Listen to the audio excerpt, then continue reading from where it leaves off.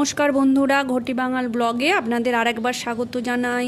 আজকে আমি একটি আপনাদের পরিচিত রেসিপি এনেছি, সেটি হচ্ছে থোড়, যেটি স্বাস্থ্যের জন্য খুবই ভালো। তো আপনারা সাধারণত থোড়কে সেদ্ধ করে বাড়িতে করে থাকবেন, কিন্তু আমি যেভাবে সহজ উপায়ে এবং খুব তাড়াতাড়ি করি সেটি আপনাদের সঙ্গে আমি আজকে শেয়ার করে নিচ্ছি। থোড়টি আপনারা ছোট ছোট করে প্রথমে কেটে নেবেন। আপনারা এখানে দেখতে পাচ্ছেন আমি ছোট ছোট করে আমি যতটা সম্ভব পেরেছি কেটে নিয়েছি। কেটে নেওয়ার পর এরপর আমি দেখছেন কাঁঠালের দানাগুলোকে আমি ছোট ছোট করে কেটে নিয়েছি।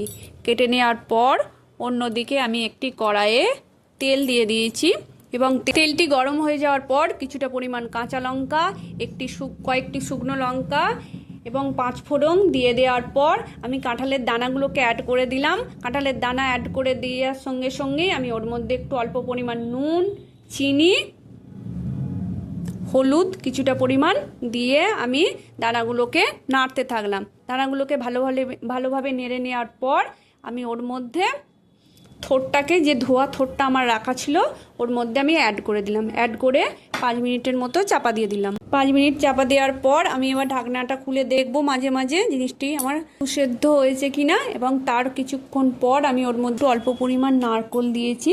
শীতকাল হলে আপনারা কিছুটা পরিমাণ কড়াইশুঁটিও দিতে পারেন, কোনো অসুবিধে নয়, তাতে স্বাদের তারতম্য আসে। এর মধ্যে চাইলে আপনারা বড়িও দিতে পারেন।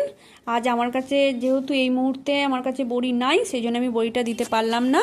আমি আবার ঢাকা দিয়ে দিলাম। পর আমি ওর মধ্যে নুন, হলুদ এবং কিছুটা পরিমাণ মিষ্টি অ্যাড করে দিলাম। দিয়ে আমি আবার পুনরায় ওর মধ্যে ঢাকা দিয়ে দিলাম। দেখুন আমি এবার কড়াই থেকে পাত্রের মধ্যে ঢেলে নিয়েছি। দেখতে পাচ্ছেন আপনারা কেমন দেখতে হয়েছে।